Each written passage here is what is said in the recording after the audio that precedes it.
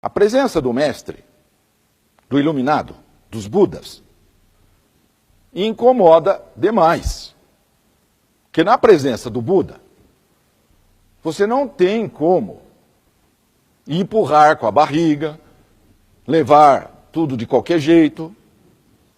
Você tem que olhar para dentro. Só o fato dele existir, ele provoca isto. A energia dele, falando de outro jeito, provoca essa conscientização.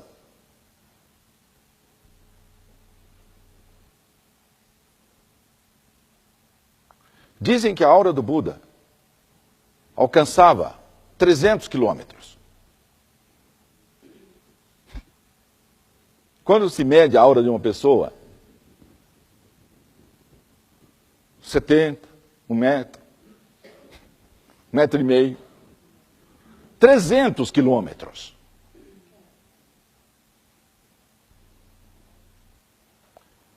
Quando o trem do Gandhi parava na Índia, numa cidadezinha, no meio lá do campo, ele saía lá na porta para falar, tinha 100 mil pessoas em volta do trem. 100 mil pessoas em volta do trem, sem alto-falante, sem microfone, sem nada. Ninguém escutava nada do que ele falava, só os próximos. E juntavam 100 mil pessoas para vê-lo de muito longe, né? Porque imagina a distância. Tal era a aura dele. Então, um Buda, ele não precisa falar nada, ele não precisa fazer nada. Lao Tzu passou a vida inteira quieto. Não escreveu nada. Aí o imperador ficou desesperado com aquela situação e mandou uma ordem para toda a fronteira da China dizendo o seguinte: se este homem tentar atravessar a fronteira, ele deve ser detido e só liberado após ele escrever o que ele acha da vida. Lao Tzu não queria enterro, túmulo, monumento para ser cultuado, nada disso. Porque ele entendia quem é o tal. Ele não queria estátua alguma dele. Então o que ele fez? Quando chegou numa idade avançada, ele falou: vou embora e vou morrer sozinho lá no Tibete, nas montanhas, e ninguém saberá o que aconteceu comigo jamais. Portanto, sem túmulo. Ele foi até a fronteira e imediatamente o guarda o reconheceu, que o guarda também era um discípulo dele. Ele falou: você só pode passar se escrever o que você pensa da vida. Está aqui papel, pode escrever. Durante 3 dias, ele ficou lá e escreveu o Tao Te Ching. Rapidinho, para poder ter passagem. Então aquilo que vocês têm até hoje foi às pressas. Nada intelectual. Ele simplesmente pôs a vivência que ele tinha sobre o Tao ali. E o Tao Te Ching é pura mecânica quântica. O que ele diz lá? O Tao não tem nome, mas vocês podem dar um nome qualquer. Então pode chamar de Dharma, de Tao, de Deus, de Nirvana, de qualquer coisa. Qualquer nome serve. É uma energia. Permeia tudo e sustenta tudo. E não se precisa fazer nada para ela sustentar tudo. Fim. Ponto. O que é o vácuo quântico?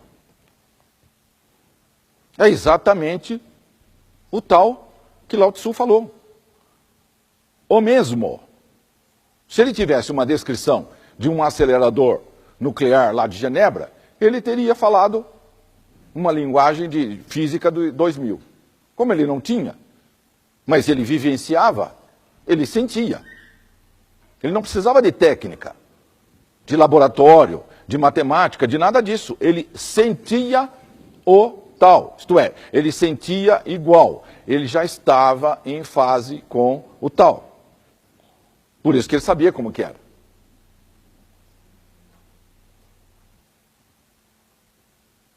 Agora, quando hoje em dia se fala vácuo quântico,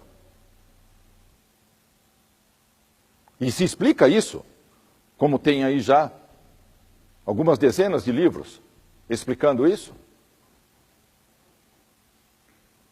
o que a pessoa sente em relação a esse nome? Quando se fala o vácuo quântico, a pessoa entende que é o todo? Sente que é o todo? Não sente. E não sente se falar vácuo quântico, se falar tal, se falar... dá na mesma. Só que hoje você tem prova científica, você tem evidência, você tem laboratório, você tem pesquisa, você tem provas de como é que ele é, como pensa, como funciona, como age, como sente. Isso é que é dramático. Hoje já não depende mais de um místico, de um Buda, para que a pessoa possa se iluminar. Basta que ela estude mecânica quântica. É por isso que chegou-se no fim da história. Por que existe essa história de 2012? Que gozado, não? Acertaram na mosca. Os maias, há muitos séculos e séculos, acertaram na mosca. Isso já deveria ser suficiente para levantar a orelha de todo mundo, né? Porque eles fizeram uma previsão 100% certeira. Quem criou as ideias das catástrofes foram os humanos, ok? Os maias só disseram que é uma mudança de era. Era. Só isso, mais nada. O que é uma mudança de era? Falando de outro jeito, uma mudança de frequência. Ponto. Só isso. Então a frequência está em andamento. A mudança dela.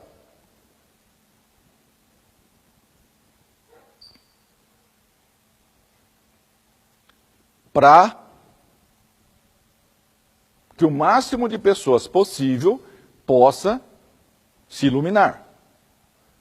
Agora, se você chega numa época de uma humanidade em que você tem a mecânica quântica dissecada em larga escala, não toda ainda, mas em larga escala, com provas mais do que suficientes de que aquilo que se fala sobre o tal é real.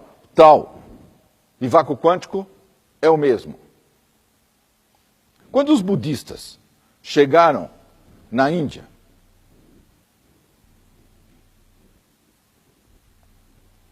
começaram a trocar ideia com outro mestre. Tinha um mestre taoísta e tinha um mestre budista. Se encontraram e começaram a conversar. Eu penso assim, assim, assim, assim, da realidade. E você? Aí o outro falou, eu também penso assim, assim, assim. É igual. A gente pensa a mesma coisa. Então o que você chama Dharma, nós chamamos tal. É a mesma coisa, nós estamos falando do mesmo fato, com nomes diferentes. Pronto, foi uma festa. Uma festa. Mesmo, entendeu? Porque eles se reconheceram, você descobriu a mesma coisa que eu. Festejaram.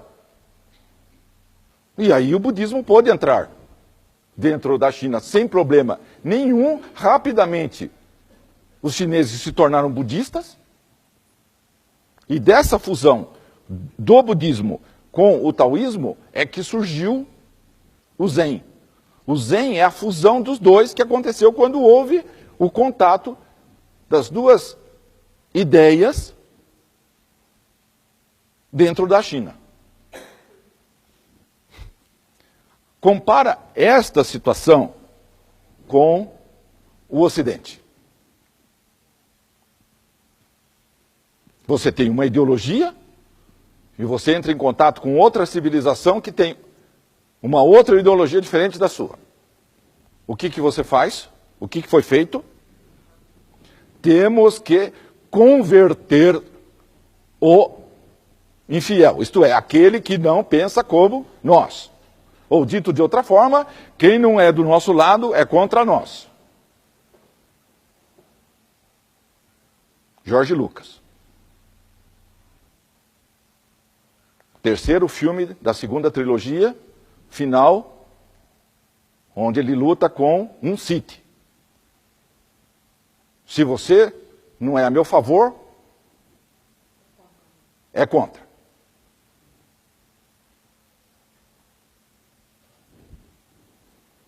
Então vejam a diferença. Lá só houve fusão, alegria, crescimento, evolução.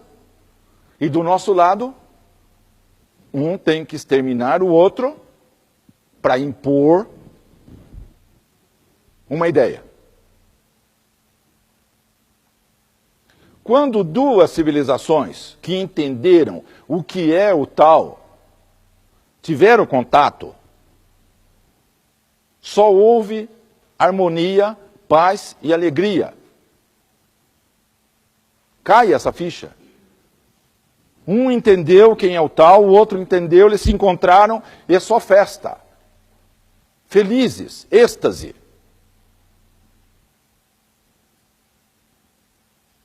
Agora você tem um que não entendeu quem é o tal e tem outro que também não entendeu quem é o tal. Quando eles se encontram, choque.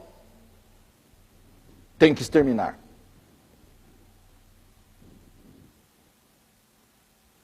Só esse fato serviria para alertar de que tem algo de podre no reino da Dinamarca. Então nós temos casos reais neste planeta, onde tudo dá certo e onde tudo dá errado.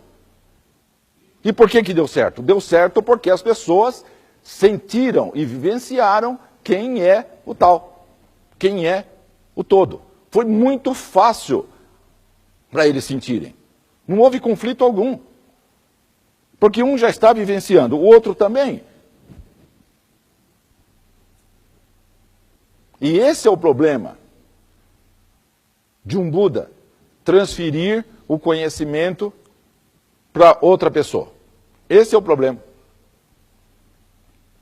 Porque não dá para transferir por palavras, embora tenha que se tentar. Mas não dá para transferir por palavras. Lao Tzu disse, o tal não pode ser explicado. Tudo que eu escrever não adianta, não vai servir para nada, mas vocês querem que eu escreva, eu escrevo. Porque o tal só pode ser passado como vivência. Aí se o outro está preparado, já elevou-se o suficiente, ele consegue sentir o que o Buda está passando.